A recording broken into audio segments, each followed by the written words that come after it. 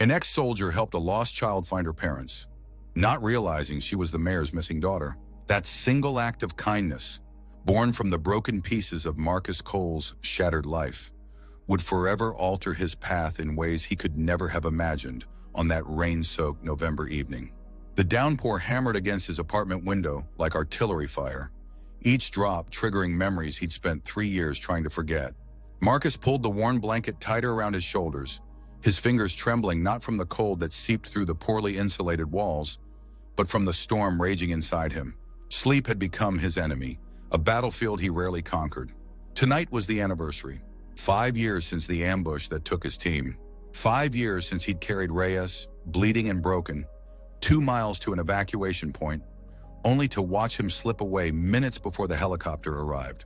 5 years of waking to the echo of his friend's final words. Make it mean something, Cole. He hadn't. Not yet. At 34, Marcus had become a ghost in his own life.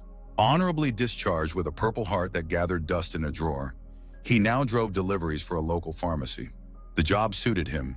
Minimal human interaction, quiet routes through the suburbs of Millfield, and enough income to cover rent in the weekly therapy sessions his VA counselor insisted he continue.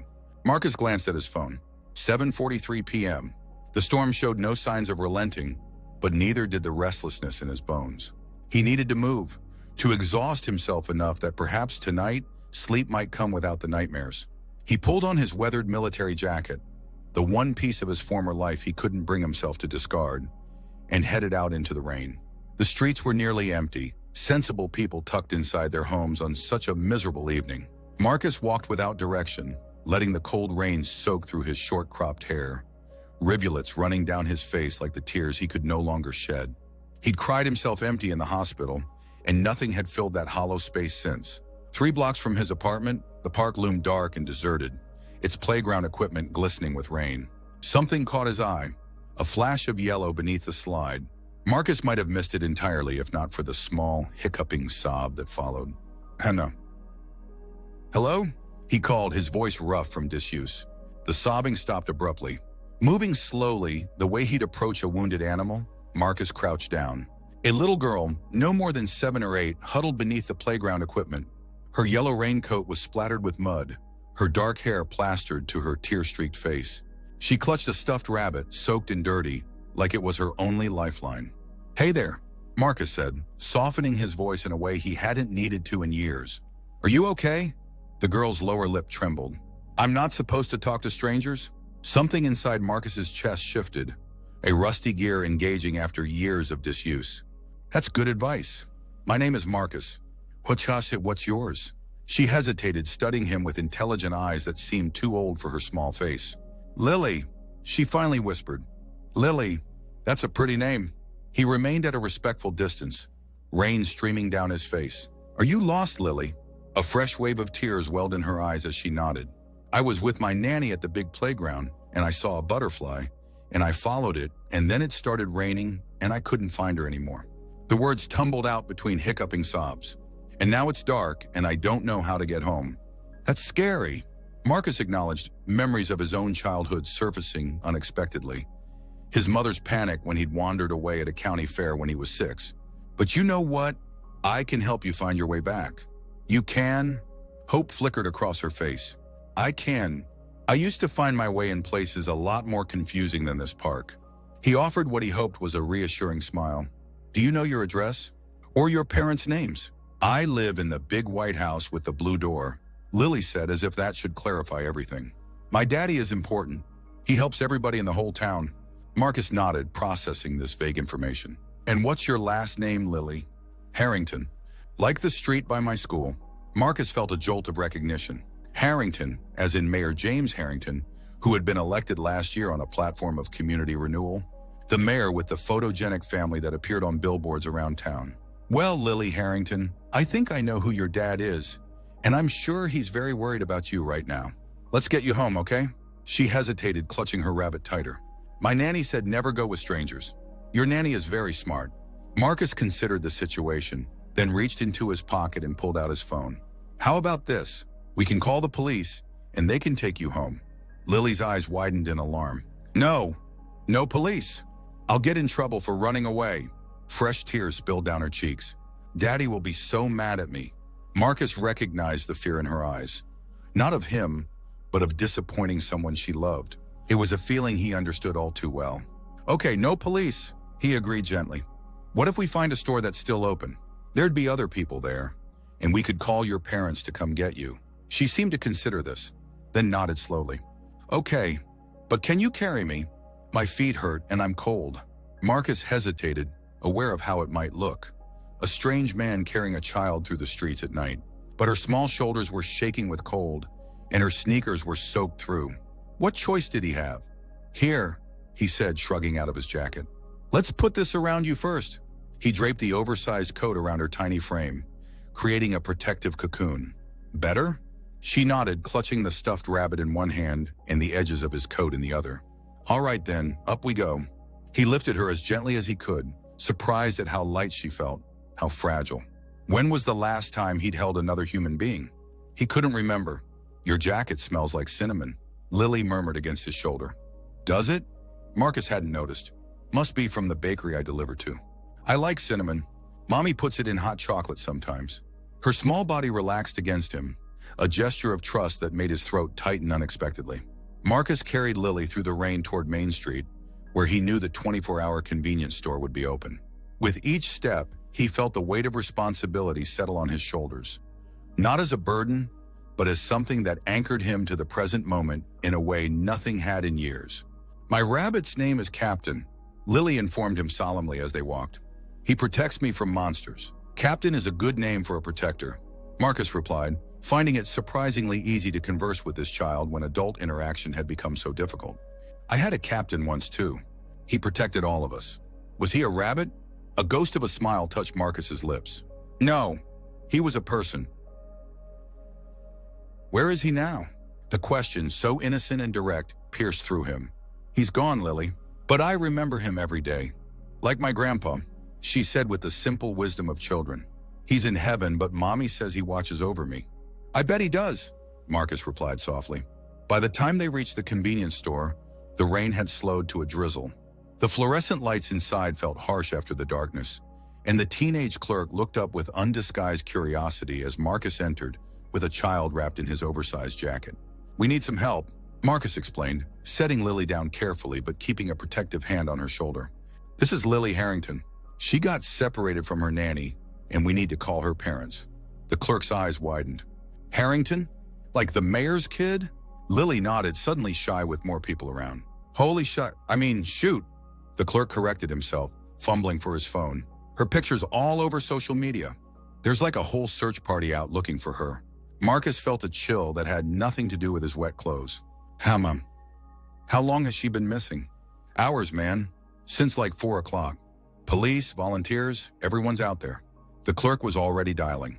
This is crazy. Wait till my girlfriend hears about this. Marcus knelt beside Lily while the clerk spoke rapidly into his phone. Sounds like a lot of people are looking for you. You're very important. Lily leaned against him, exhaustion evident in her drooping shoulders. Will you stay until my daddy comes? The question caught him off guard. Of course, he found himself promising. I'll stay right here with you. Within 15 minutes, the quiet store became the center of a whirlwind. 2 police cars arrived with flashing lights, followed by a black SUV that screeched to a halt in the parking lot. A man erupted from the passenger side, tall, distinguished, his face etched with worry that instantly transformed to relief when he burst through the door. Lily! Mayor James Harrington cried, dropping to his knees as his daughter ran into his arms. Sorry, it's your daddy. Marcus stood back, suddenly awkward and aware of his dripping clothes and unshaven face. He watched the reunion with a strange mixture of emotions. Happiness for the child, relief that she was safe, but also a hollow ache as he witnessed the depth of love between father and daughter. The mayor clung to Lily like he might never let go, his expensive suit getting soaked by her wet raincoat. Behind him, a woman with Lily's same dark hair and tear-streaked face joined the embrace, whispering, "Thank God, thank God," over and over. It was a private moment, and Marcus felt like an intruder. He began to back toward the door, thinking he might slip away unnoticed in the commotion. Wait, the mayor called out, finally looking up. You're the one who found her. Marcus froze, uncomfortable with the sudden attention. Yes, sir. In the park on Elm Street. Mayor Harrington stood, still keeping one hand on his daughter's shoulder, as if afraid she might disappear again. He approached Marcus with his other hand extended. "I don't know how to thank you, Mr. Cole. Marcus Cole." He awkwardly shook the offered hand, acutely aware of the police officers watching the exchange. "Mr. Cole found me under the slide, Daddy," Lily piped up. "He gave me his jacket and carried me because my feet hurt. And he didn't even mind that Captain was all wet and muddy." The mayor looked between his daughter and Marcus with newfound intensity. "You carried her all the way here in the rain?" Marcus shifted uncomfortably. "It wasn't far. He was very nice," Lily added earnestly. "He has a captain too, but his is in heaven like Grandpa." Something in the mayor's expression changed, a deeper understanding dawning as he took in Marcus's military jacket, now draped around his daughter's shoulders. "You served?" "Yes, sir. Army. Fee. 5 years." Mayor Harrington's grip on Marcus's hand tightened. "My father was career military, 30 years in the Marines." He released Marcus's hand only to place both of his on Marcus's shoulders. "Mr. Cole, you've returned my world to me tonight. Please, let us thank you properly." Before Marcus could respond, the commotion increased as news crews arrived outside, their camera lights flooding the small store with harsh brightness. The mayor's expression shifted. "Catherine," he called to his wife, "take Lily to the car, please. Officer Mendez can escort you." Mrs. Harrington quickly gathered their daughter, but Lily resisted. "Wait!" Marcus's jacket. She struggled to take it off her small frame. "Keep it for now," Marcus said quickly, not wanting to prolong the moment. "You can return it another time." "Promise?" she asked, her big eyes solemn. "Promise," he replied, surprising himself with how sincerely he meant it. As Lily was ushered out a side entrance to avoid the growing media presence, Mayor Harrington turned back to Marcus. "The press is going to want the story." "Your story?" Marcus stiffened. "I'd rather not, sir." The mayor studied him thoughtfully. "Not one for the spotlight, I take it?" "No, sir. I understand that, and I respect it." He pulled out a business card and pressed it into Marcus's hand. "But please, call my office tomorrow. Not for the press, but for me. My family and I owe you a debt that can't be repaid with a simple thank you." Marcus took the card automatically, though he couldn't imagine actually using it. "Anyone would have done the same, sir." Mayor Harrington's expression turned serious. "No, Mr. Cole. Not everyone would have stopped. Not everyone would have earned the trust of a frightened child. Not everyone would have carried her through the rain to safety." He lowered his voice. "I know enough veterans to recognize when someone is fighting battles long after they've come home. Whatever you're dealing with, you still chose kindness tonight. That matters." Before Marcus could respond, one of the police officers approached, informing the mayor that the press wanted a statement. With a final nod to Marcus, Mayor Harrington turned to address the situation, leaving Marcus to slip quietly out the back door of the store. The rain had stopped completely now, and the night air felt cleaner somehow. Marcus walked home slowly, his shoulders lighter despite his soaked clothes. For the first time in years, there was a different kind of memory playing in his mind. A little girl's trusting weight in his arms, her solemn eyes, her simple acceptance of who he was. He fell asleep that night without his usual shot of whiskey, and for once, the darkness behind his eyelids held no terror. Marcus woke to sunshine streaming through his blinds and the unfamiliar sensation of having slept deeply and dreamlessly. For a brief, disorienting moment, he couldn't reconcile the lightness in his chest with his normal morning dread. Then he remembered. The rain, the park, Lily Harrington's small hand clutching her stuffed rabbit, the relief on the mayor's face. The business card sat on his nightstand where he'd placed it last night, its embossed lettering catching the morning light.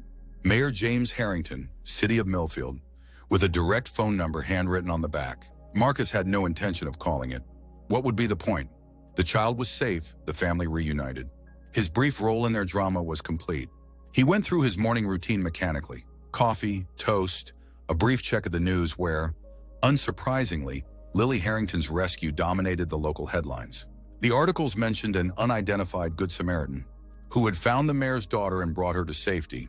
Thankfully, there were no photos of him, no name. His phone rang just as he was preparing to leave for his delivery shift. The number was unfamiliar. "Mr. Cole? This is Patricia Winters, Mayor Harrington's executive assistant." The woman's voice was crisp and professional. "The mayor asked me to call and invite you to lunch today at his office. Would 1 o'clock be convenient?" Marcus's instinct was to decline immediately. Large buildings filled with politicians and their staff made his skin crawl, reminded him too much of debriefings and psychiatric evaluations after the ambush. "I'm working today," he said, which was true enough. The mayor anticipated that might be the case. "He's already spoken with your employer at Rosewood Pharmacy. Mr. Patel was quite accommodating about rearranging your delivery schedule." Marcus frowned, unsettled by this unexpected development. "That wasn't necessary." "Perhaps not," Patricia replied, her tone softening slightly.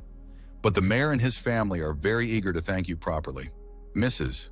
Harrington will be there as well, and..." She paused. "Lily has been asking about you." That last part hit him in a place he thought had gone numb long ago. The thought of disappointing that solemn-eyed child felt worse than facing whatever uncomfortable gratitude the mayor had planned. "Fine," he conceded. 1 o'clock. City Hall was more intimidating than Marcus remembered, its white columns and broad steps designed to impress, or perhaps to remind citizens of their relative insignificance. He climbed the steps slowly, forcing himself to breathe evenly. Just a lunch, he reminded himself. An hour at most, and then back to the comfortable anonymity of his delivery route. Patricia Winters met him in the lobby, her sharp eyes taking in his appearance. Marcus had made an effort. Clean jeans, a button-down shirt he usually reserved for therapy appointments, his best boots. Not exactly appropriate for meeting the mayor, but the best he could do. "Mr. Cole, thank you for coming," she said warmly, extending her hand. "The mayor is looking forward to seeing you again." She led him through security and up to the 3rd floor, where the executive offices were located. Marcus felt increasingly out of place with each step, hyper-aware of his worn boots against the polished floors, of the curious glances from staff members they passed. Patricia ushered him into a private dining room adjacent to the mayor's office. Simple but elegant, with a small round table set for lunch and windows overlooking the city park. Ironically, the same park where he'd found Lily. Mayor Harrington rose from his desk when they entered, his face breaking into a genuine smile. "Mr. Cole, thank you for coming." He strode forward to shake Marcus's hand with both of his own. Today, in the light, Marcus could see the lines of fatigue and relief etched into the mayor's face. "Please, sit down. Catherine and Lily should be joining us any moment." Marcus took the offered chair stiffly. "You didn't need to go to all this trouble, sir." "James, please." "And it's no trouble at all." The mayor sat across from him. "I hope you don't mind, but I took the liberty of looking into your background a bit." Marcus tensed immediately. "Sir, nothing invasive." The mayor assured him quickly. "Just the public record. Army Sergeant Marcus Cole, 2 tours in Afghanistan, Purple Heart recipient for actions during an ambush that saved 3 of your fellow soldiers." Marcus's mouth went dry. He hadn't spoken about that day to anyone except his therapist and the military investigators. "With all due respect, sir, James, I'd rather not discuss my service." The mayor nodded, seemingly unsurprised. "I understand. My father was the same way. Couldn't get him to talk about Vietnam if my life depended on it." He leaned forward slightly. "But I mention it because I want you to understand something. When I look at you, I don't just see the man who found my daughter. I see someone who has repeatedly put others before himself, often at great personal cost." Before Marcus could respond, the door opened and Catherine Harrington entered, holding Lily's hand. The little girl's face lit up when she saw Marcus. "You came!" She broke away from her mother and ran to him, stopping just short of his chair, suddenly shy. In her arms was the same stuffed rabbit, now clean and dry, and draped over her shoulders was his military jacket, freshly laundered and neatly pressed. "I brought your jacket back," she said solemnly, slipping it off and holding it out to him. Marcus accepted it with equal gravity. "Thank you for taking such good care of it. Mommy washed it. It still smells like cinnamon a little bit." Marcus couldn't help the small smile that tugged at his lips. "So it does." Lunch was simpler than Marcus had expected. No formal ceremony, just the 4 of them sharing a meal. Catherine Harrington was warm and unpretentious, thanking him with tears in her eyes before quickly composing herself. The conversation flowed more easily than Marcus had anticipated, kept afloat largely by Lily's innocent questions and observations. "Do you have kids?" she asked Marcus between bites of her sandwich. "No," he replied simply. "Do you have a dog?" "I want a dog, but Daddy says we travel too much." "No pets." "What about friends? Do you have lots of friends?" Marcus hesitated, aware of the adults watching this exchange. "Not many, no." Lily considered this with a frown. "That's sad. Everyone needs friends." She brightened suddenly. "I could be your friend." "Right, Daddy?" Mayor Harrington exchanged a glance with his wife. "Well, sweetie, Mr. Cole is a busy man. Actually, Marcus interrupted, surprising himself. I'd like that. The words felt foreign on his tongue, but somehow right. As lunch concluded, the mayor steered the conversation toward more serious matters. Marcus, I meant what I said last night about a debt that can't be repaid. But I'd like to try if you'll let me. Marcus shifted uncomfortably. There's really no need. Patina, please, Catherine interjected softly. It would mean a great deal to us. The mayor continued, I understand you're working as a delivery driver now. Is that the career you envisioned for yourself? It suits me, Marcus replied defensively. I'm sure it does, the mayor acknowledged. But I wonder if you might consider something else. The city has an opening for a Veterans Affairs liaison, someone to help connect returning service members with resources, advocate for their needs, bridge the gap between military and civilian life. Marcus stared at him, caught off guard. And you're offering this to me? You don't even know me. I know enough. The mayor replied simply, I know you've faced challenges many of us can't imagine. I know you stopped to help a child when others might have walked past. And I know you carried her to safety without a thought for recognition or reward. He leaned forward. The veterans in this city deserve someone who understands their struggles firsthand. Someone who's walked in their boots. I'm not qualified for something like that. You have lived experience, which is the most important qualification. As for the rest, there's training, support, resources. Mayor Harrington pushed a folder across the table. At least think about it. The position isn't exclusive to you, but you'd be my first choice. Marcus made no move to take the folder. Konakum, why are you doing this?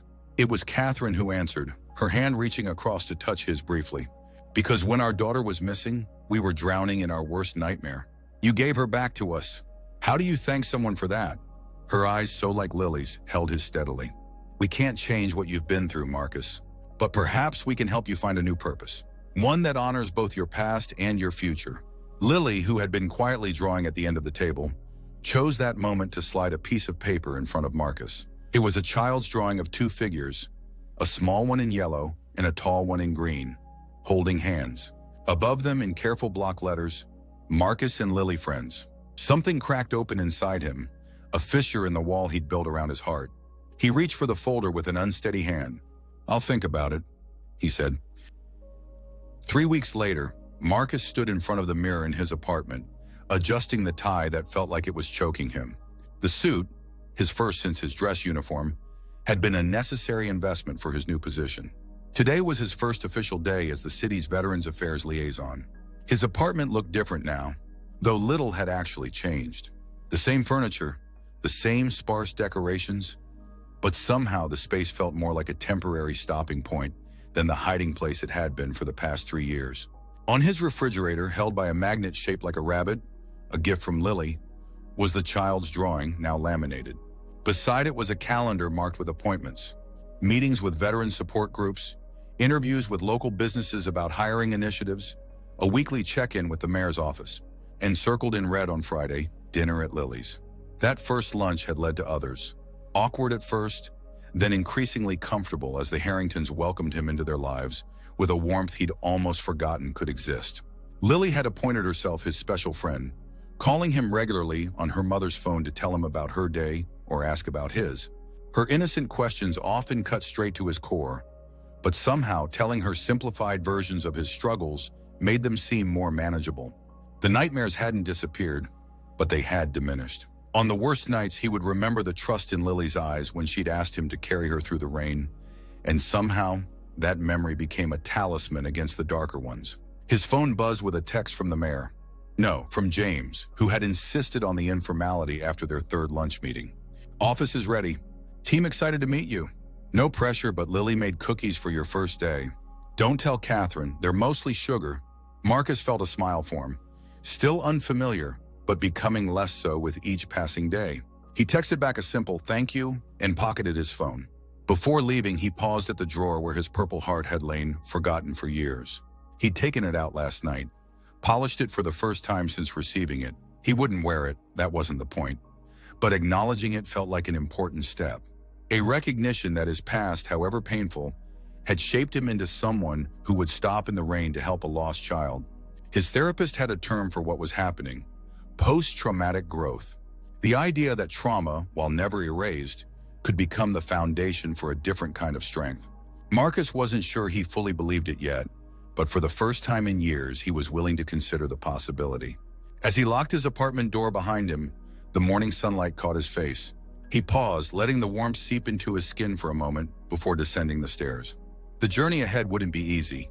Healing rarely was, but he was no longer walking it alone. An ex-soldier had helped a lost child find her parents, not realizing she was the mayor's missing daughter. And in return, a little girl with solemn eyes and a stuffed rabbit named Captain had helped a lost man find his way home.